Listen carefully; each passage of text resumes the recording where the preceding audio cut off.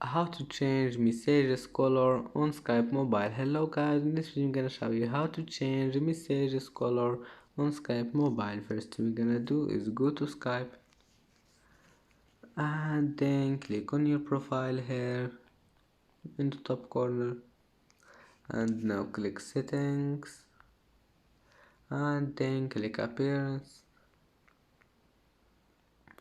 And now as you see, all you need to do is just choose any color you want, like this one, and then just click apply. And if you want to change color again, just click appearance and then select another color and click apply here, and it will be changed. And that's it for today's video. If you like this video, please don't forget like and subscribe, and see you in the next video.